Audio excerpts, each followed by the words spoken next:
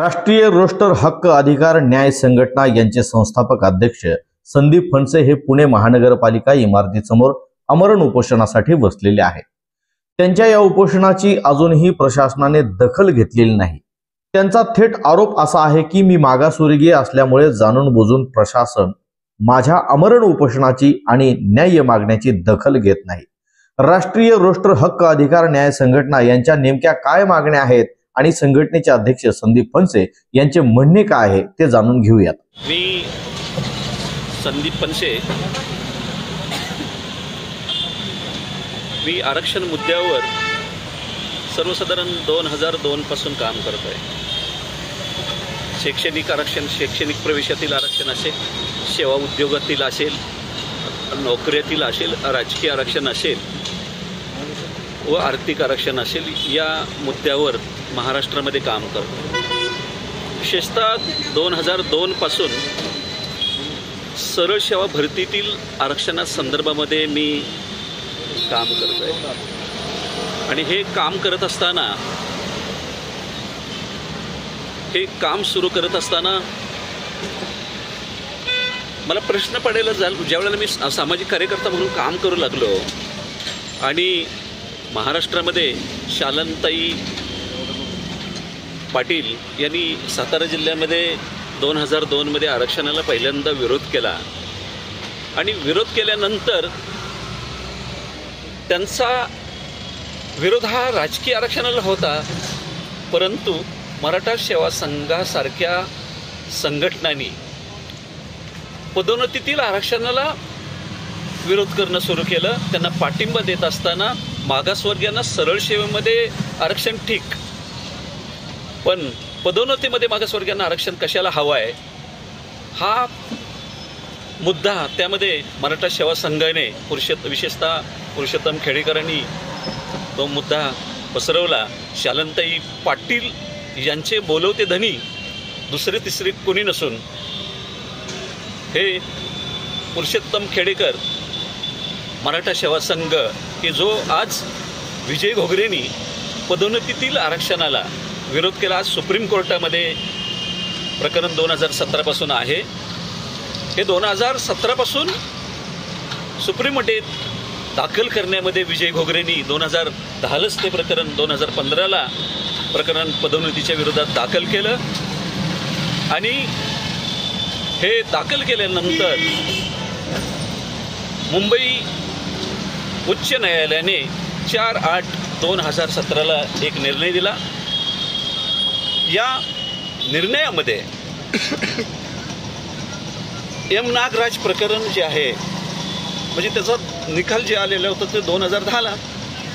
या एम नागराज प्रकरणामध्ये असं म्हटलेलं आहे की मागासवर्गीयांना जर पदोन्नत्या किंवा आरक्षण जर सुरू ठेवायचं असेल तर त्यांचं आर्थिक उन्नती, सामाजिक शैक्षणिक उन्नतीचा डेटा एकत्रित करावा आणि प्रगत असणाऱ्या जातींना बाहेर काढावं, या पद्धतीचा तो यमनागराज प्रकरण आहे। या यमनागराज प्रकरणातील मुद्द्यानुसार त्यांनी पदोन्नतीतील आरक्षण 25/5/2004च्या शासन निर्णयाला स्थगिती आणण्यासाठीचा त्यांनी प्रयत्न केला, पण अचानकच यमनागराज प्रकरण त्यांनी त्यामध्ये घुसडलं आणि हा डेटा देण्याच्या संदर्भामध्ये जोपर्यंत डेटा तपासला जात नाही, अनुसूचित जाती जमाती आणि भटकेमुक्त यांच्या बाबतीतली प्रगती अहवाल, सामाजिक अहवाल, शैक्षणिक अहवालचा डेटा जोपर्यंत तपासला जात नाही तोपर्यंत पदोन्नतीतील आरक्षण देण्यात येऊ नये या बाबतीमध्ये कोर्टाकडे विनंती केल्याने कोर्टाने त्यांची विनंती मान्य केली। ही विनंती मान्य केल्यानंतर विजय घोगरेंनी म्हटलं की हे डेटा पहिला तपासून घ्या, डेटा पहिला तपासून घ्या, त्याशिवाय कोणत्याही प्रकारचं आरक्षण देण्यात येऊ नये। त्यासाठी एक समिती नेमली गेली।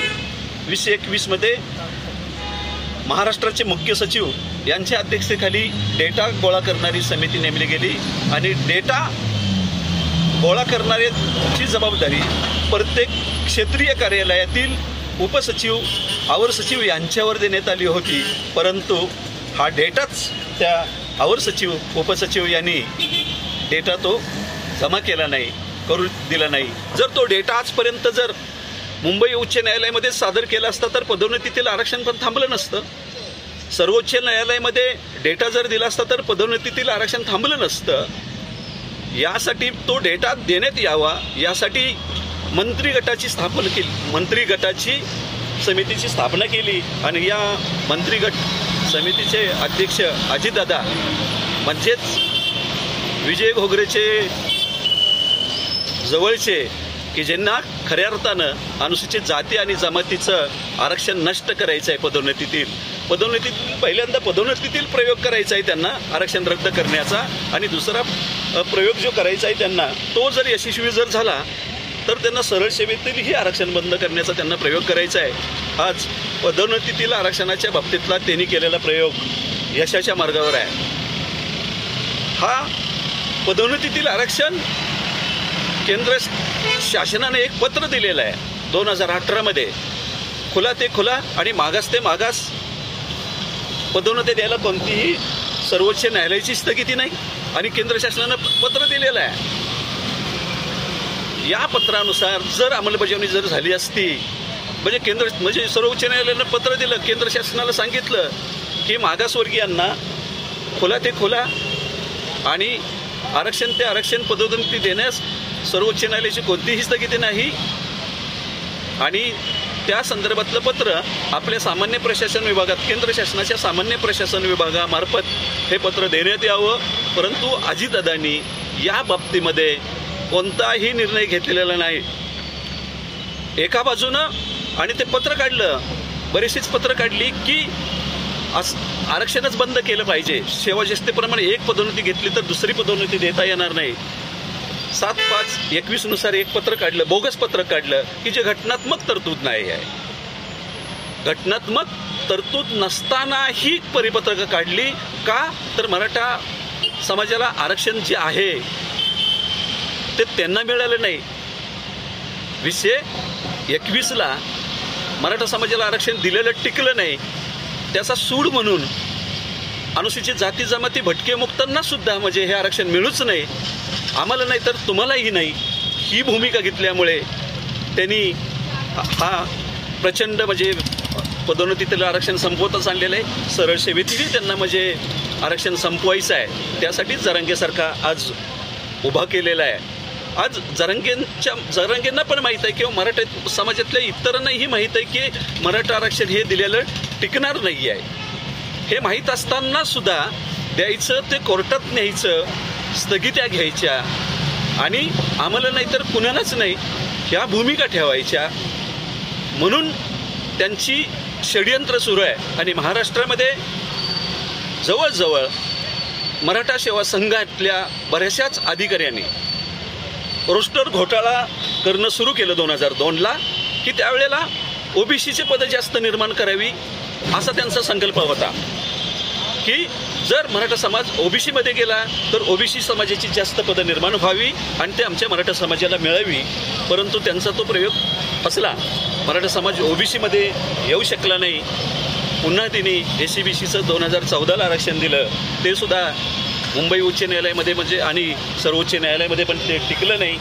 आणि आता नव्यानं पुन्हा दबाव म्हणजे जरांगेसारखं उभा करायचा, एक प्रतिनिधित्व म्हणजे अख्ख्या समाजाचं उभं करायचं आणि त्याच्या पाठीमागं समाज उभा करून त्या समाजाला दबावापोटी आरक्षण घ्यायचं. आज 10% SCBCला 10% आरक्षण म्हणजे मिळवलेलं आहे.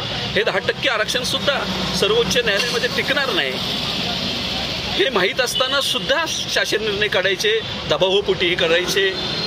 आणि 25/5/2004चा शासन निर्णय केला नाही ते नाहीच, रद्द केला नाही ते नाहीच, परंतु 24 फेब्रुवारी 2024 रोजी एक शासन निर्णय काढला आणि या शासन निर्णयामध्ये खुल्या प्रवर्गाला EWSला आणि SCBCला 10% म्हणजे आरक्षण दिलं.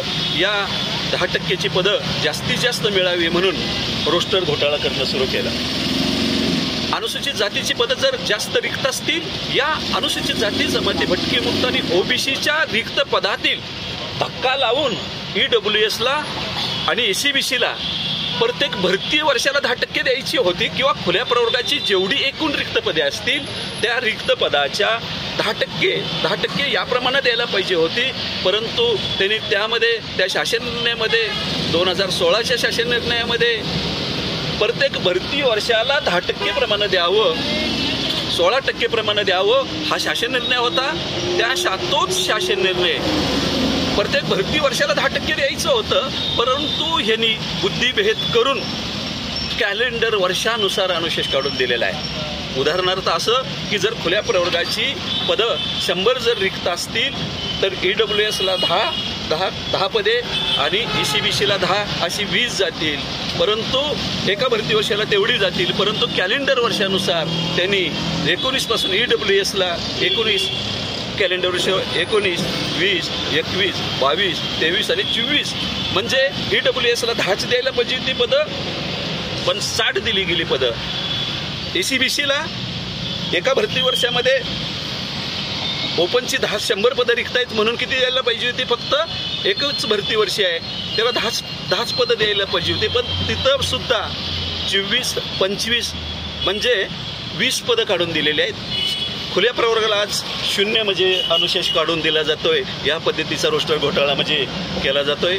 आणि विशेषतः महाराष्ट्रामध्ये 2002 मागाशी सांगितल्याप्रमाणे ओबीसीची पदं निर्माण करताना ओबीसीलाही जास्त पदं रिक्त मिळावी आणि खुल्या प्रवर्गालाही ती पदं मिळावी या पद्धतीचं त्यांनी षडयंत्र केलं आणि तिथून रोस्टर घोटाळा करणं सुरू केलं.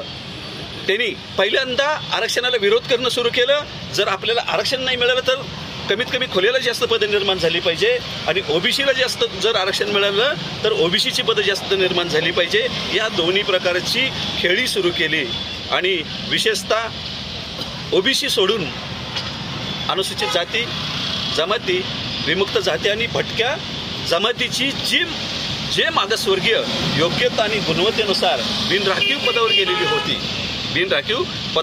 गेलेली होती त्यांना त्यांच्या जात प्रवर्गाचे रिक्त पदावर दर्शवून त्यांना त्यांच्या जात प्रवर्गाच्या बिंदूवर दर्शवून खुल्या प्रवर्गाची पदं रिक्त करून घेण्याचं षडयंत्र केलं महाराष्ट्रामध्ये. या पद्धतीचं त्यांनी 2000 पासून केलेला गोंधळ मी 2010 पासून तो दुरुस्त करणं महाराष्ट्रभर सुरू केलं. सातारमध्ये मी 2002ला सावध झालो म्हणून सातारा वाचवू शकलो. मराठा सेवा संघाच्या षडयंत्रातून मी सातारा वाचवू शकलो, पण महाराष्ट्राला वाचवण्यासाठी मी 2010ला बाहेर पडलो आणि महाराष्ट्रामध्ये 1,00,000 पदांना मी संरक्षण दिलं. जे त्यांनी बुद्धिभेदानं ज्या मागासवर्गीयांची निवड बिनराखीव पदावर झालेली होती त्यांना कास्टवर दाखवलं होतं. त्या सर्व मागासवर्गीयांच्या बाबतीमध्ये पूर्ण पहिल्यांदा मी शिक्षण विभाग प्राथमिक जिल्हा परिषद हा महाराष्ट्रभर 24 जिल्ह्यामध्ये 2016ला काम सुरू केलं आणि त्यामध्ये सर्वसाधारण 55,000पेक्षा जास्त रोस्टर घोटाळा ज्या मागासवर्गीयांची निवड बिनराखीव पदावर झालेली होती आणि त्यांना कास्टवर टाकलं होतं त्यांना माहितीच्या अधिकारात शोधून मी काढलं आणि ज्यांना कास्टवर दाखवलं होतं त्यांना पुन्हा ओपनवर दाखवलं. ओपनची पदं प्रत्येक जिल्ह्यामध्ये जिल्हा परिषदमध्ये 500 ते 700 पदं अतिरिक्त झाली. पुणे जिल्हा परिषदमध्ये जे अजितदादा आणि पवारसाहेब या पुणे जिल्ह्याचं नाही तर देशाचं राजकारण करतात. या पुणे जिल्ह्यामध्ये खुल्या प्रवर्गाची मी 700 पदं म्हणजे अतिरिक्त करू शकलो. ते एकही पद रिक्त करू शकले नाही. त्याचा सूड म्हणून महाराष्ट्रभर आरक्षणाला विरोध अजितदादांचा आहे आणि त्यांना त्या समितीचा अध्यक्ष म्हणजे आरक्षण बचाव समितीचं त्यांना अध्यक्ष म्हणजे मंत्रिगटाचा अध्यक्ष केलेला आहे. हे कोणत्याही पद्धतीची एकही मीटिंग घेत नाहीत, परंतु सामान्य प्रशासन 16ब चे त्या विभागाचे ते अध्यक्ष असल्यामुळे तिथं बसून सर्व प्रकारचे मराठा आरक्षणाच्या बाबतीतले सर्व चुकीचे शासन निर्णय काढले जातात. मागासवर्गीयांचे सुद्धा चुकीच्या पद्धतीच्या आरक्षणाचे शासन निर्णय काढले जात आहेत आणि रोस्टर घोटाळ्याच्या बाबतीमध्ये मी आज जिथं या पुणे जिल्हा परिषदमध्ये बसलेलो आहे अजितदादा आणि अजितदादांच्या कोंडाळ्यानं अजितदादा व अजितदादांच्या कोंडाळं म्हणजेच त्यांच्या मानसिकतेच्या अधिकारी व कार्यकर्त्यांनी पुणे महानगरपालिकेमध्ये 400च्या वर मागासवर्गीय खुल्या प्रवर्गाच्या बिंदूवर होते, त्यांना त्यांच्या आरक्षित बिंदूवर दाखवण्याचं षडयंत्र करून खुल्या प्रवर्गाची 150 पदं अतिरिक्त असताना सुद्धा 358 पदं रिक्त केलेली आहेत. परंतु जर रोस्टर घोटाळ्याची दुरुस्ती जर झाली तर खुल्या प्रवर्गाची 250 पेक्षा जास्त पदं ही अतिरिक्त असतील आणि खुल्या प्रवर्गाची पदं अतिरिक्त असतानाही केवळ मराठा समाजाचे शिक्षक आंतरजिल्हा बदलीनं पुणे महानगरपालिकेमध्ये आणण्यासाठी पुणे महानगरपालिकेचा कायदा मोडून आंतरजिल्हा बदलीनं आणलेले आहेत. त्यांच्याकडून 3-3, 4-4 लाख रुपये घेऊन त्यांना आंतरजिल्हा बदली दिलेली आहे. जर मागासवर्गीयांचे 400 ते 350 बिंदू जर रिक्त असते तर पवित्र पोर्टलला मागासवर्गीय शिक्षकांची भरती झाली असती. परंतु मागासवर्गीय शिक्षकांची भरतीच काढली नाही, जाहिरातच दिली नाही. या पद्धतीचं षडयंत्र केलेलं आहे.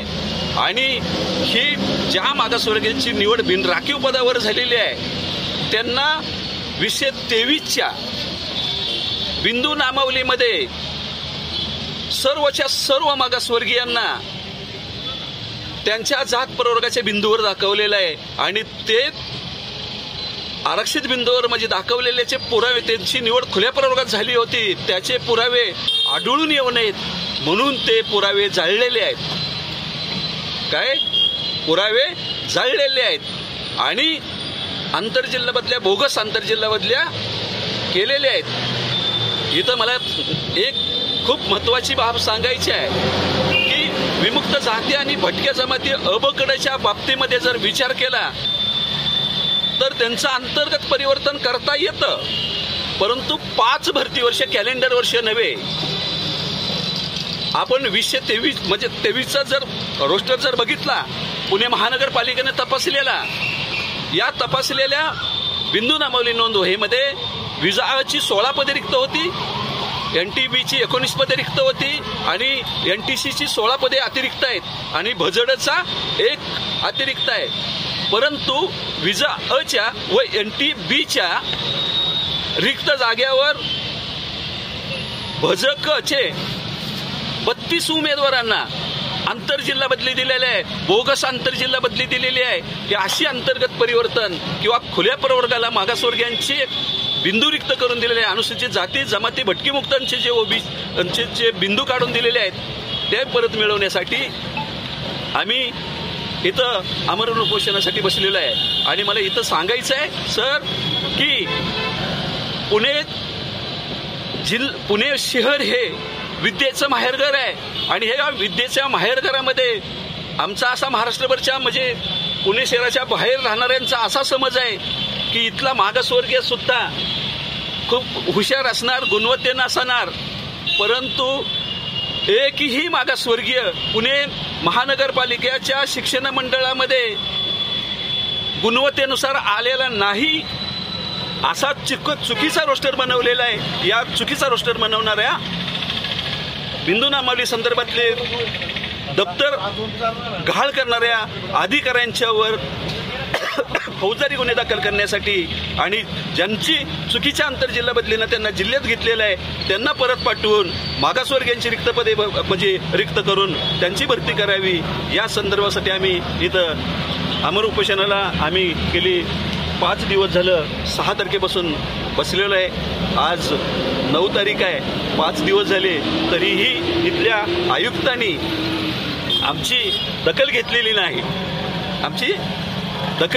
नाही. प्रत्येक आयुक्त पुण्यात दिल्लीला गेले असं सांगितलं जातंय. अतिरिक्त आयुक्तांनी सुद्धा आमची बैठक घेतली, त्यांनी पण आमच्या बाबतीमध्ये कोणताही निर्णय घेतलेला नाही. आम्ही खरं तर आज मी माझा जीव वाचवण्यासाठी, सरळ म्हणतोय, या अधिकाऱ्यांच्या जाचाला कंटाळून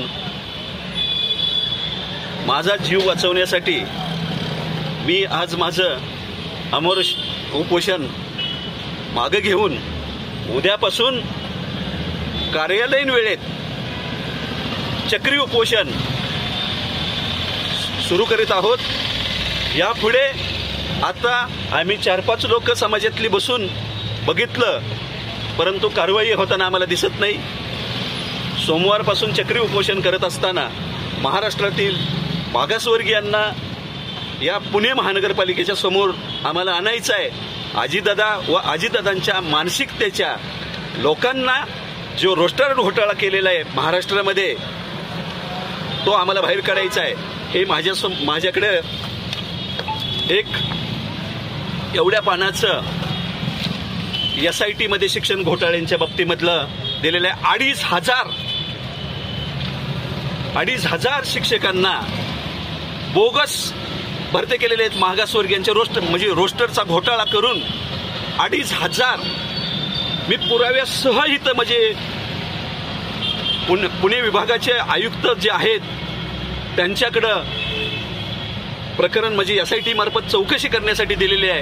ही चौकशी सुद्धा दाबली जाऊ नये म्हणून पुणे महानगरपालिकेचा पण रोस्टर घोटाळा त्या SIT मध्ये दिलेला आहे.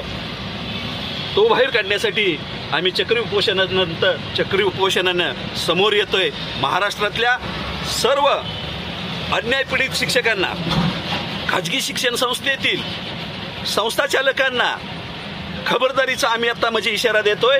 यापुढे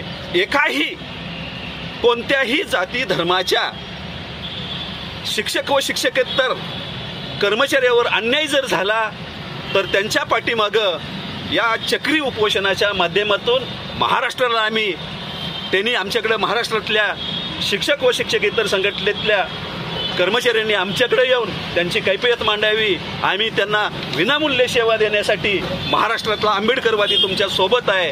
तरी कुणीही घाबरू नये. कुठेही कितीही दादा आणि गुंड असणाऱ्या संस्थाचालकांच्या विरोधात आंबेडकरवादी दंड ठोपटून उभा आहे. तरी महाराष्ट्रातील सर्व शिक्षकेतर अन्याय पीडित कर्मचाऱ्यांनी आमच्याकडं यावं. आम्ही तुम्हाला न्याय देऊ एवढं सांगतो. जय भीम, जय भारत. संदीप फणसे यांच्या उपोषणस्थळी ज्येष्ठ अभ्यासक आणि सामाजिक कार्यकर्ते, त्याचबरोबर विचारवंत मंडळी देखील या ठिकाणी या उपोषण स्थळाला भेट देण्यासाठी आलेले आहेत. या संदर्भात त्यांचंही म्हणणं काय आहे ते देखील आपण जाणून घेऊयात. या ठिकाणी भारतीय दलित पॅन्थर या संघटनेचे संस्थापक अध्यक्ष आयुष्यमान अंबादास शिंदे साहेब आहेत.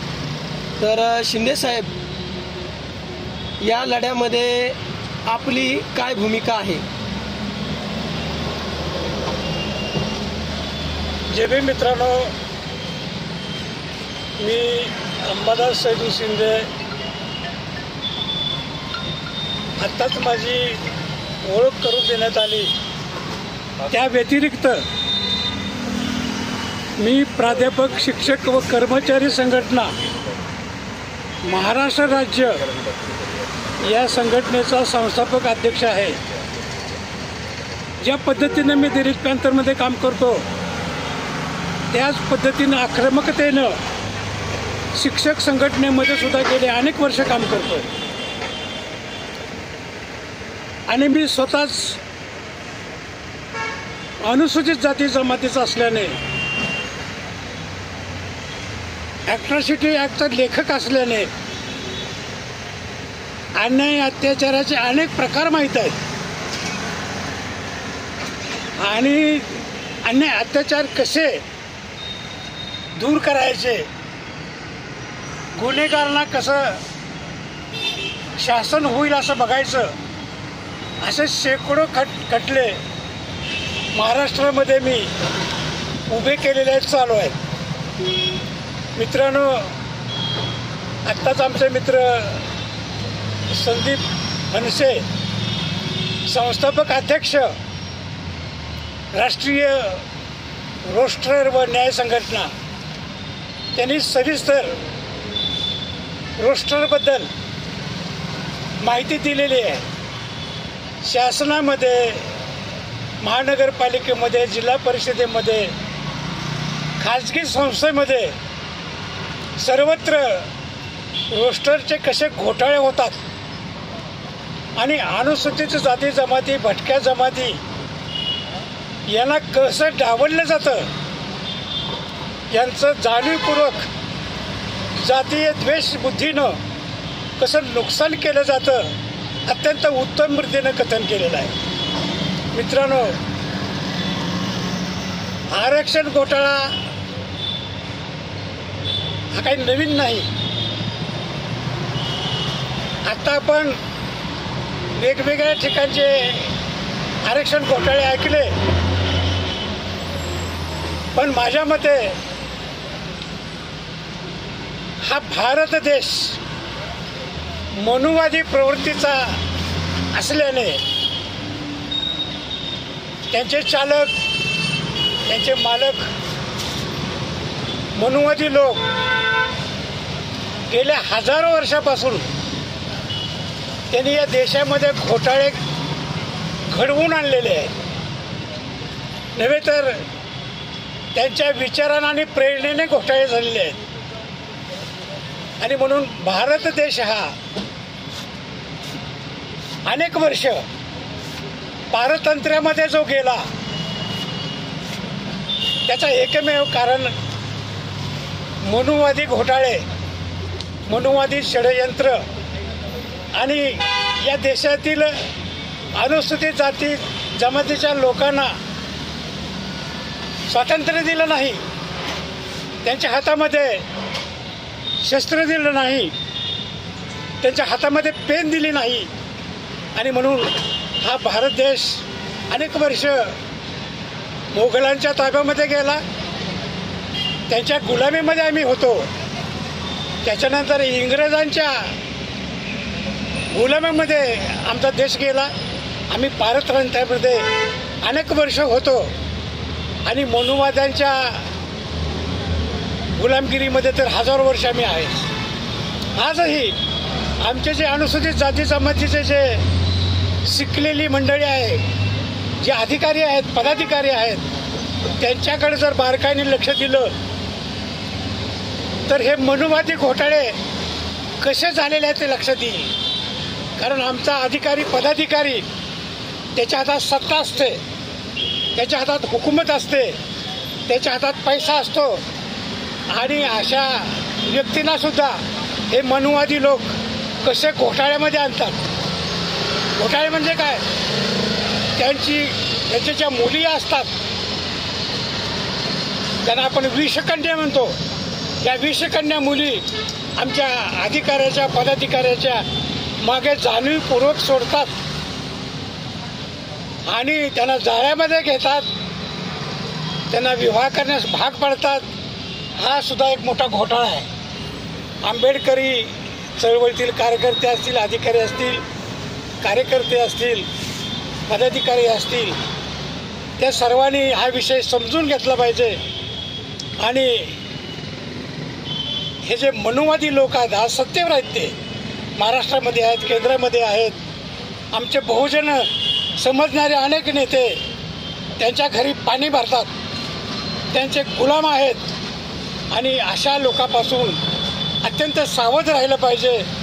ते आपल्याला कुठंतरी फसवतील, कुठंतरी अडकवतील आणि घोटाळा करतील.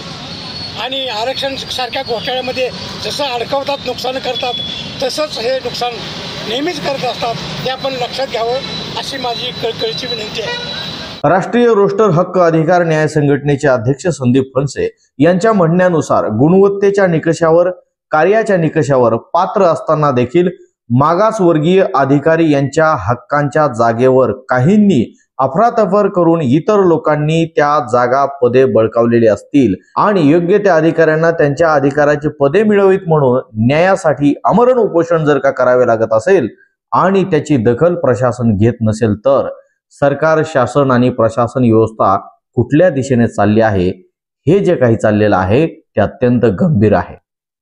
समाजातील विविध घडामोडी जाणून घेण्यासाठी सबस्क्राईब करा सांगावा, पाहत रहा सांगावा.